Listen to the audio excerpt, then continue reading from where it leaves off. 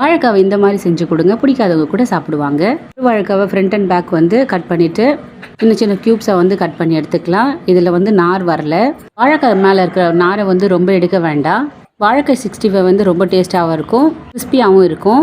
ஒரு பிளேட்டில் எடுத்து வச்சிடலாம். 1/4 டேபிள் ஸ்பூன் உப்பு, 2 table spoon chicken 65 masala, 1/4 table spoon மிளகாய் தூள் சேர்த்துட்டு நல்லா மிக்ஸ் பண்ணிக்கலாம். மிக்ஸ் பண்ணதுக்கப்புறமா 3 டேபிள் ஸ்பூன் கார்ன்ஃப்ளவர் மாவு சேர்த்துடலாம். சேர்த்துட்டு லெமன் புழிஞ்சு விட்டுக்கலாம். லெமன் சேர்த்ததும் நல்லா மிக்ஸ் பண்ணி விட்டுட்டு ரொம்ப பவுடராக இருந்துச்சுன்னா தண்ணி கொஞ்சம் கொஞ்சமாக வந்து தொளிச்சு விட்டு நல்லா பிசைஞ்சு வச்சுக்கலாம்.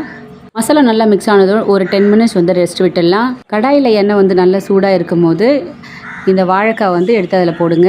ஒரு 5 நிமிஷத்துக்கு டிஸ்டர்ப் பண்ண வேண்டாம். ஒரு 5 மினிட்ஸ் ஆனதுக்கப்புறமா நல்லா திருப்பிட்டு அதை வந்து ஒரு பிளேட்டுக்கு வந்து எடுத்து வச்சிடலாம். வாழைக்காவை நான் 3 பேட்சாக வந்து போட்டு எடுத்துக்கிறேன்.